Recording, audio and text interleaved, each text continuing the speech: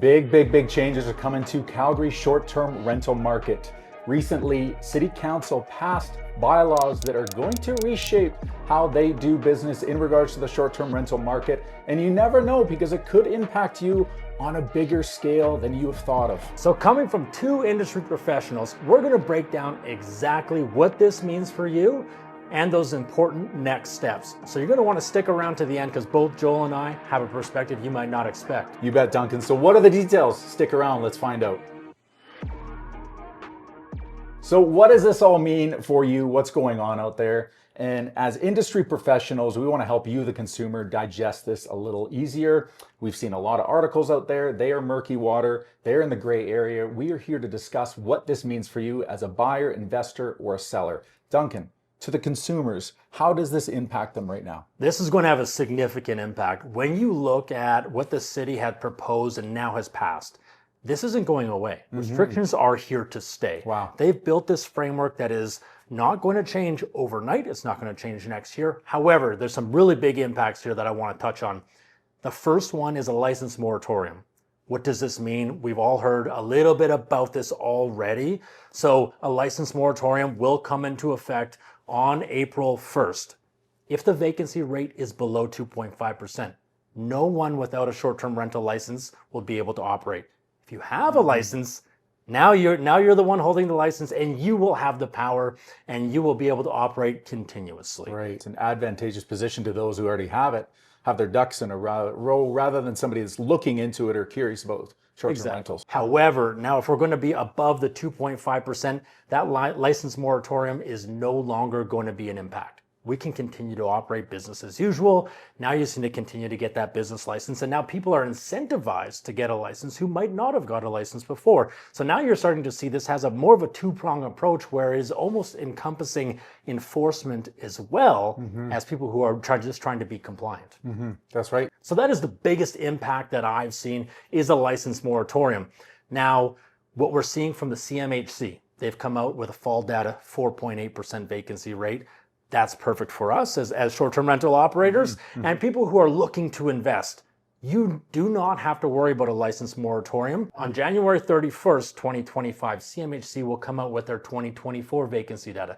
That is what we're going to have to use as Bible, and that's what we're going to look at in terms of a license moratorium. That's right. So in perspective, it's more of a sliding scale on availability or vacancies, whatnot, right? Exactly. So 4.8 compared to 2.5. We're almost double where we need to be before any sort of risk or threat, if you have a short-term rental like I do, like you do, comes into play. Exactly. And they've now created really a sound foundation for why that 2.5 was created. And I think that's important for the public to know. That makes sense too. Yeah. So I bet you're wondering, what is considered an STR or a short-term rental? So is it 30 days? Is it 60 days? Like, what was it? What is it now? Exactly. So short-term rentals have always been classified around that 30-day mark. So that has always been a short-term rental. If you look at it across Canada, that has been the common definition, even really worldwide. Now what the city's proposed is 180 days. Oh, wow. So if you are someone out there watching and saying, hey, I rent on a 1 month, 3 month, 5 month, 6 month basis now, maybe to students, you now need a short-term rental license. That's right. That's interesting. And there's a lot that goes into that. You need a fire inspection. You need a fire plan. You need to have your property actually inspected by the fire department. There's a lot that goes into this. Yeah. Not to mention the fee that you now have to pay. So those people who thought, this doesn't involve me, this probably encapsulates a lot more people now. Yeah. And now those people really want to take notice, because this is going to have a big impact on you. That's right. So now we've analyzed what is actually going on in the city. We want to talk about why this is transpiring, Duncan. So the why is an easy piece to answer. The city actually commissioned the University of Calgary to do a short-term rental impact study. This lasted 2 years. Wow. This is a very long period of time. That 2-year study concluded with public consultation as well, so a two-phase approach. That study then released policy tools that potentially could be used if the city wanted to somewhat restrict short-term rentals. So breaking this down a little further, we're involved with this. You have a short-term rental management company. I've been an agent for a couple of decades. I have my own short-term rental investment. Who else does this impact in our city? When you look at it from the people who already have a short-term rental license, you are still going to be impacted. Potentially, when you go to renew your license, now you have to pay a higher renewal fee. These people are still impacted. Not so much at the people that are potentially maybe looking to get into a short-term rental. That's right. Yeah. And I've had a ton of inquiries. I've been nurturing people for 1 to 2 years that have constant questions about this. So I think a video like this is super impactful to really break it down for them to say, okay, this is where we are now from an investment standpoint to the city's perspective, and then how we can educate them and help them along the process too. It really is quite a complicated process to go through as an individual. Yeah. A company like ours, who's done it over 100 times, we know how to get through the system. However, those people who are considering to get into it, this could be a decision point for them whether they want to get involved or not, because it does have a little bit more risk when we're looking at a moratorium and if you do or do not have a license. That's exactly it. Yeah. And even if somebody has been with you for a while and thinks, okay, this is too heavy, the numbers don't make sense anymore, we can be there to guide them through an exit plan, find somebody else to take it on, and then the transition can be as smooth as anything, rather than them panicking, wondering how this affects them, what the delays are, what the selling costs are. We can sit down with both of them and say, we've got this tailored exit program for you that we can get you in and out like nothing ever happened. Exactly. And you wouldn't believe the phone calls that I'm getting from clients, from people who are not clients. People just message me on Instagram. What does this all mean, right? Because they want to know what it means for them. And I'm happy to provide that consultation and that information. And it's creating a lot of anxiety, and it hasn't been good for anyone involved, myself included. Looking at staffing and potentially having to reduce numbers of staff. So it's not good for anyone involved from a more of a macroeconomic factor. But even if you look at it for those people that might not think they're involved, I'm not involved, I don't have a short-term rental, but if you are leasing any property and you're planning to do a 6-month or less lease, now you are involved. Yeah. Now you have been caught, and what they're now defining as short-term rentals, anything less than 180 days, that's going to be critical for people to really want to know a little bit more about. And that's exactly it. A lot of people thinking short-term rental, 30, 60 days, now they're impacted if they're in anything that's 4, 5, 6 months. So if you've got something that's seasonality, contract, a student and whatnot, this brings you into that fishnet that says, okay, we got to look at things more from a business standpoint. There's more costs, there's more headaches to maybe go through. And that's where you and Beth probably come in and say, we're going to be the saviors here. We've been through this dozens of times. This is your next step. This is what will get you into the process. Of course, a professional management company definitely is going to be able to understand how to move through each stage of the system and what that actually means for you at each step along the way. So any big city bylaw process decision like this has to come with pros and cons, right? We've discussed some of those from a different perspective, but say you're talking to me. I've had a relationship with you. We're in contract. We've had a rental for a couple of years.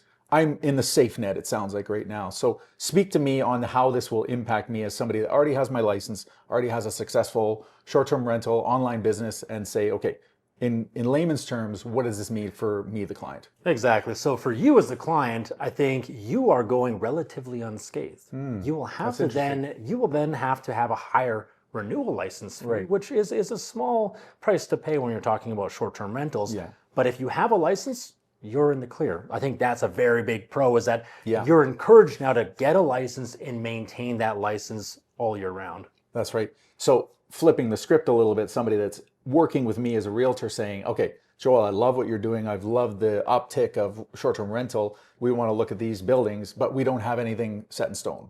We're starting from scratch. We need to enlist the hiring services of a management company. Where does this put us in regards to expectation on costs, timing? Are we back in the pecking order? If we get a property, is it going to be rented out in like next month or 12 months? What's a kind of realistic approach to, understand the process from, say, maybe a green buyer or a newbie's perspective? Yeah, if you are new looking to get into a short-term rental, it's all about timing. As I think real estate is usually typically about timing. Yeah.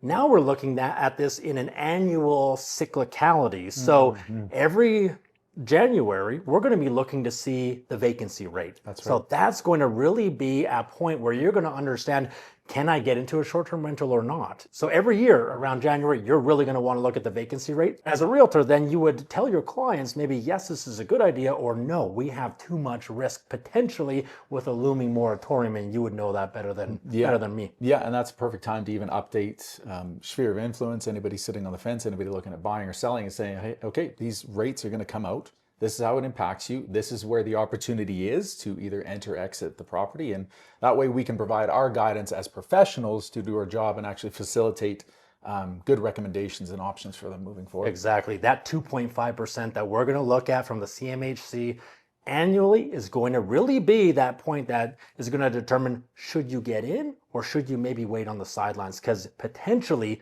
a moratorium comes in, you don't get your license in time, and now that might change your investment strategy. Yeah, exactly. It might change your investment strategy, might change your property valuation, might change everything. So it's good to be proactive and chat with your representative, your professional, to ensure that you're making the right decision come every single year. Yeah, exactly. Because some of these buildings are really based on that short-term rental access and being able to short-term rent in that building. And if you can't, I would fully expect those buildings' property value to go down for that year. Yeah. And that's totally true. We've actually seen that from a couple buildings perspective is, they've got 10, 12, 14 listings all of a sudden. People enlist my services. What's going on with this? Why are there so many deals? Well, it's because starting January 1, say, for example, the bylaws stated that there's no short-term rentals in this building anymore, right? Yep. And we've seen an uptick on a couple buildings, including my own, where it was kind of a saving grace now that short-term rentals came in, because we saw an uptick above comparables competition in the market because there's more demand for that product. And then you're starting to see, okay, we finally get a little glimmer of hope in a market that wasn't so hot in the last 8 or 10 years too. Exactly. And yet people like myself who are pushing people to these buildings because I know they're pro short-term rental. We're sitting in the Colors building right now. This is a pro short-term rental building. I'm pushing people to these buildings, as are a lot of other investors coming to them because they look at them exactly like you said, like safe havens. Yeah. All right, so now you get to hear from both of us. This is our perspective. I'm going to tell it exactly how I see it. Yeah. Might be a little bit biased, but I want to give you the facts as I've experienced them as a professional. When I look at the restrictions, I've always said, and I've said publicly, I don't believe we need restrictions here in Calgary. The market should be able to be free. We've seen vacancy rate already go up to 4.8%. We didn't restrict short-term rentals then. That's right. But of course, the people outside will look in and say, oh, we brought in restrictions, and that is why we got a high vacancy rate, which is not the case. Even through the study with the City of Calgary, who commissioned it through the University of Calgary, they determined 0.33% of all housing availability are full-time short-term rentals. Wow. So way less than 1%. We're talking a rounding error. Yes. And that is why, in my perspective, I don't see the value in restrictions. And they came out and said, they being the researchers, said even if you ban short-term rentals, took everyone out of the city, you're not going to see any impact to your housing affordability. And that is what the crisis is really around. So if we're not even going to scratch the surface with restrictions, from my perspective, we're doing it to really appease the people out there that do not like short-term rentals based on their own personal perspective or bias or what have you. So from my perspective, these restrictions really are out there to help appease the public more than they are to actually help with affordability, which I think is a shame. Yeah. And you find, like, even after X amount of successful years with short-term rentals, I think you told me a stat about like how many issues you have a year is like in the point percentage. Exactly. Like there's such a rainy cloud over this short-term rental party house, like your place is going to get trashed, and that's just further from the truth than you could even imagine. And I think there's a lot of people with bylaw, with the city, that just says, okay, we're going to wave this white flag and create some hostility or emergency. But the numbers, Duncan's already reiterated, do not dictate any sort of cause for any concern. Of course. And we're talking about affordable housing, right? That is what we're trying to get at the crux of. We want more affordable housing for Calgarians. I fully support that. The $1 million condo, the condo that you own especially, those are not affordable for the general person. So I think from my perspective, when I look at that, even if we ban short-term rentals, these aren't affordable houses. And this isn't going to solve the problem that we have as Calgarians. And I think that we need to amplify that message and really figure out how are we going to do that? Because it's not short-term rentals. They're not the answer. Yeah. And we look at the broader impacts and, like you're referencing, the unintended consequences that we're going to face. And that's the problem that we need to look at as Calgarians is tourism. Tourism is very big here. Now we start restricting that. You're going to see stampede attendance go down. You're going to see other unintended consequences. So we need to find that harmonious living environment, which short-term rentals are a part of that fabric. They have to be in Calgary. Yeah, exactly. And I think we don't want to see a downfall or detriment to our tourism, whether it be for Stampede, for hockey games, for the new arena, for skiing or snowboarding, or Conferences, Banff, for Canmore, and I think we've got so many amazing things in Calgary. We just want to make sure that people can have the affordability when they come here and not become like a Kelowna. Exactly. And myself, if there was a license moratorium here in Calgary, which it doesn't look like there will be, but if there is, I'm going to have to reduce my workforce. I employ 30 Calgarians, local Calgarians, whose wages go directly back into the economy. Whereas if we put that license moratorium, hotel prices go up, those profits, they're leaving Calgary. They're not staying here. So we have to look at the broader ecosystem and understand what are those true impacts. And those people that work for me, they're the ones who are looking for affordable housing as well. And they're looking to enter into the real estate market. So it's challenging. It's very tough to see as a business owner. And I just want everyone else to understand the broader impacts that we face. Yeah, exactly. And that was the intention with this video. So hopefully you got something out of it. If you've got questions for Duncan, how can they get a hold of you? You can get a hold of me via email, duncan@yourkey.ca. You can go to our website, YourKey.ca. You can go on our Instagram, YourKey.ca. Very easy to get a hold of us. So if you ever want to reach out, you'll hear from me directly. It's no problem to get a hold of me. Yeah, and Duncan and I are consummate professionals. I've been in the industry for 20 years. So reach out to me if you've got questions about how to really manage expectation and how to figure out if this is the right investment for you, or if you have one right now. I think this is really, really helpful for the owners to figure out, how's this impact me? Am I making a right financial decision to keep my investment property? And I think all signs point to, it's just a little bump in the road, bump in the river, but this is smooth sailing after this. If you like this video, share it, hit a little like, follow us for more. I think that's a wrap, my friend. Thanks so much for your time. Awesome. Yeah. Thanks for having me.